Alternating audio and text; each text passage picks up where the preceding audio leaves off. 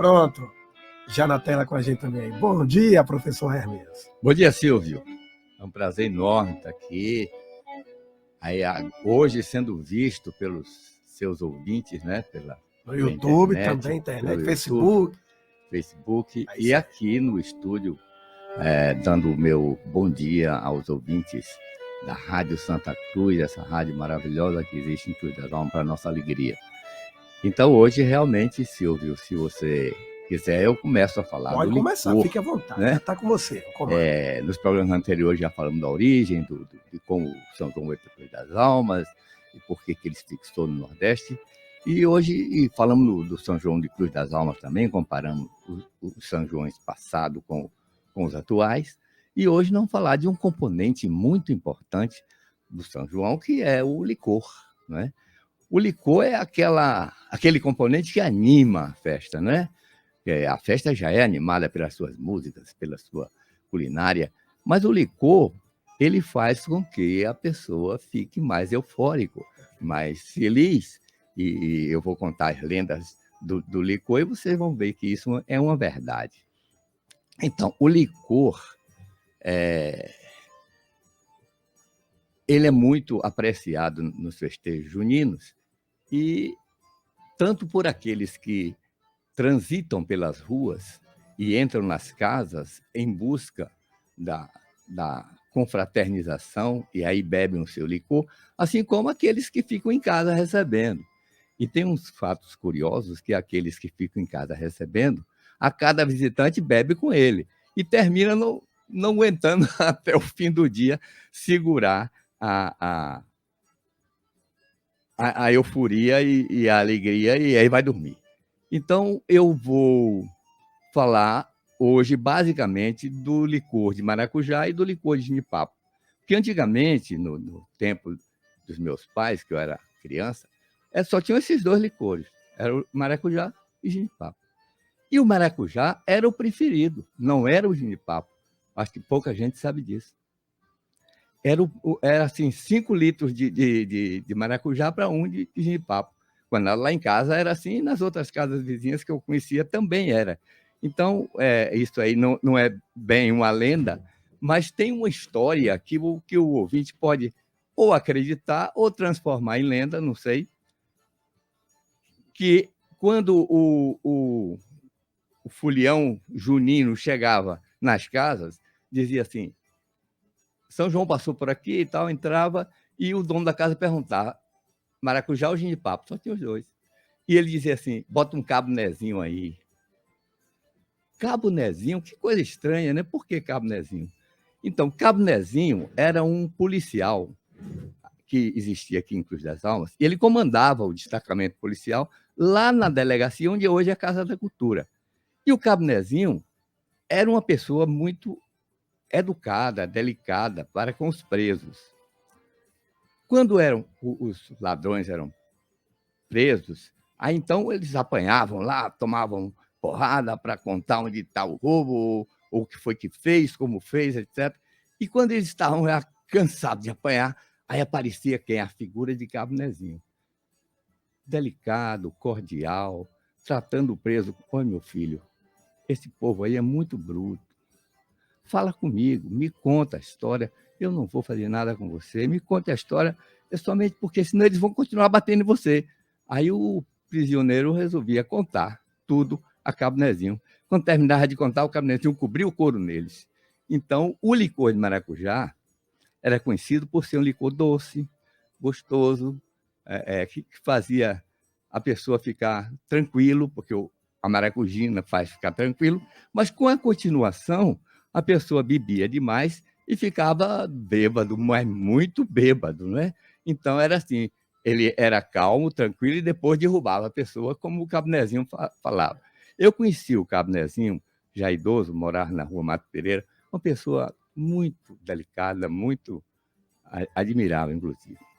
Mas lendas existem, né? E outras histórias sobre licor dizem que a origem do licor, eu gosto muito de falar de origem, porque é uma coisa que o público fica sabendo. Diz que a origem do licor, nos tempos muito passados, tinha uma mulher que era apaixonada por um rapaz e ele não queria nada com ela. Então disseram, olha, pega umas ervas tais, tais e tais, mistura, faz um chá e dá a ele, que ele vai cair de 4 para você. Ela fez isso, mas quando tomou, achou muito ruim aquela coisa. Aí botou um pouco de açúcar, botou um pouco de álcool e fermentou lá e deu ao homem. O homem tomou, gostou, tanto do licor e como da pessoa que fez, e ela se juntaram. Essa é a lenda do surgimento do licor. Então, daí em diante, seguiu essa lenda. Mas nós temos uma lenda cruzalmense também para o licor de genipapo. E essa lenda, ela é contada pelo almanaquista, pesquisador e escritor de Santo Barbosa, Bingre, diretor do site Almanac Cruzalmense. Não sei se vocês já viram esse almanac, mas entrem na internet, põe lá Almanac Cruzalmense, tem muita coisa sobre Cruz das Almas, muita coisa interessante. E ele publicou em abril de 2021, na revista literária Reflexo do Universo, que circula aqui em nossa cidade desde 1976, a lenda da origem do licor de genipapo. Eu vou ler para não fugir da narrativa do almanaquista. Ele diz assim: faz muito tempo, quando ainda se plantava cana-de-açúcar nas terras de Cruz das Almas, havia lá pelas bandas do Cadete uma grande fazenda que morava uma jovem senhora casada com o senhor daquele engenho. A cada ano, a mulher sentia que a relação dos dois ia se esfriando. E então ela descobriu que o marido havia se engraçado com uma jovem escrava. Sentiu-se mal a ponto de decidir tirar a própria vida.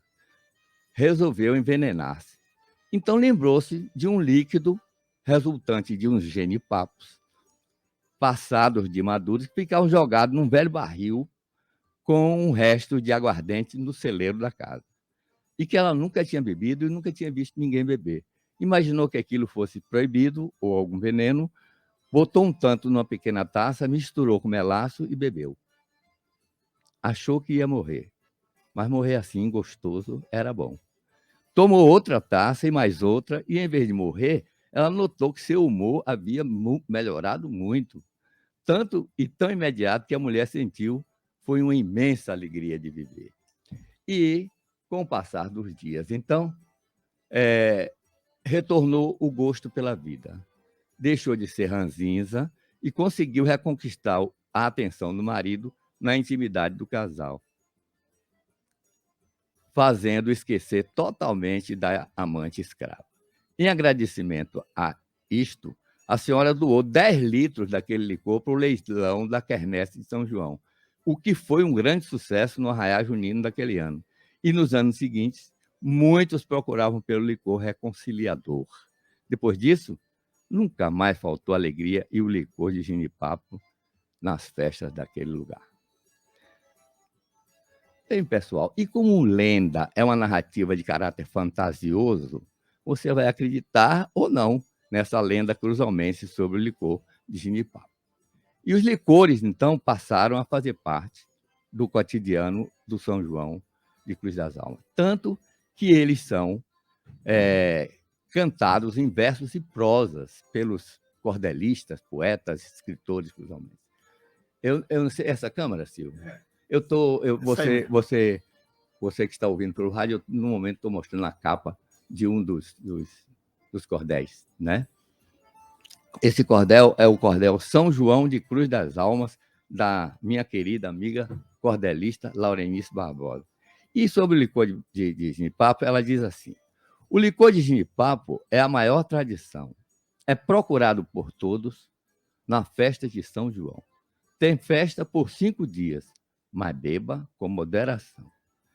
Em outro cordel, esse aqui, eu e Rei Conso, contamos a história de São João e a festança em Cruz das Almas.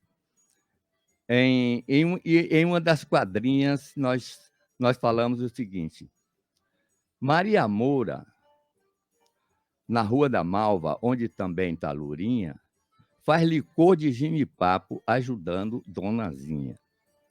E em outro cordel, somente para não me alongar, esse cordel aqui da Laurenice e do Rei Conso, Rei Consul é o nosso grande e saudoso amigo dessa rádio, cria dessa rádio. Eles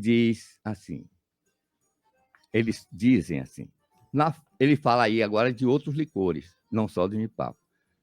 Na festa de São João, tem licor de jenipapo, jabuticaba e cajá, de limão e de pitanga, e também maracujá.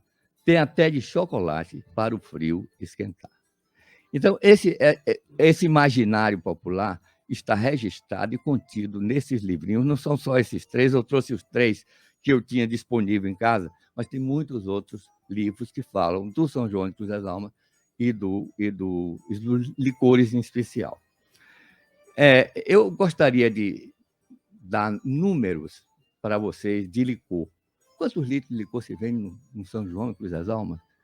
Mas além desse, outros assuntos, quantas pessoas visitam Cruz das Almas, quanto de dinheiro entra para os cofres do município, tudo isso, não existe um estudo estatístico de um instituto que nos forneça dados reais. Tem alguma coisa em 2008 do IBGE dizendo que a população de Cruz das Almas, talvez seja um dado mais confiável, né? Aumentou para 150 mil habitantes em 2008. Esse ano, o prefeito disse que Cruz das Almas recebeu 500 mil pessoas, em 2022, aliás, no São João passado, né? 500 mil pessoas, e que rendeu para o município 30 milhões de reais. Quer dizer, são dados informativos, mas eu acredito que é especulativo. Aqui, assim como o número de licores vendidos, que é calculado em torno de 50 mil litros de licor vendido no São João, e que eu acho que pode ser até mais. Né? Isso vendido de 15 a 29 reais, que é o preço, não é? Fazendo uma média, você tem aí uma quantidade imensa de reais que entram para a Cruz das Almas somente com os licores que nós acabamos de falar. É isso aí, Silvio. Por hoje é só. Nós voltaremos no próximo programa para falar de um assunto muito polêmico, muito discutível, Mesmo? que são as espadas. As espadas. Próximo assunto, nosso papo vai ser sobre espadas. Quinta-feira. Então, nós vamos até puxar mais um pouquinho, viu? Falar logo com você aqui no ar mesmo, ao vivaço, Hermes. Vamos começar às 11h20. Para a gente ter um tempinho depois de conversar, que eu estou ficando apertado e sem poder falar. Tá certo assim? Eu acho que eu cumpri meu tempo de como 10, sempre, né? Porque nós começamos um pouquinho mais tarde. Sempre, porque como sempre. Ouvinte, muito obrigado, viu? Foi um prazer enorme estar aqui de novo. Apareçam na próxima. Ao vivaço também no nosso YouTube. Você que não viu, não pôde ouvir tudo aqui agora. E Silvio, poxa, perdi. Vá lá no meu canal, Silvio Caldas Radialista, no canal Santa Cruz FM também, no YouTube. Tá tudo lá, ao vivaço para você. Valeu, gente. Agradecendo mais uma vez, viu, professor? Muito obrigado. Hermes Peixoto aqui com a gente.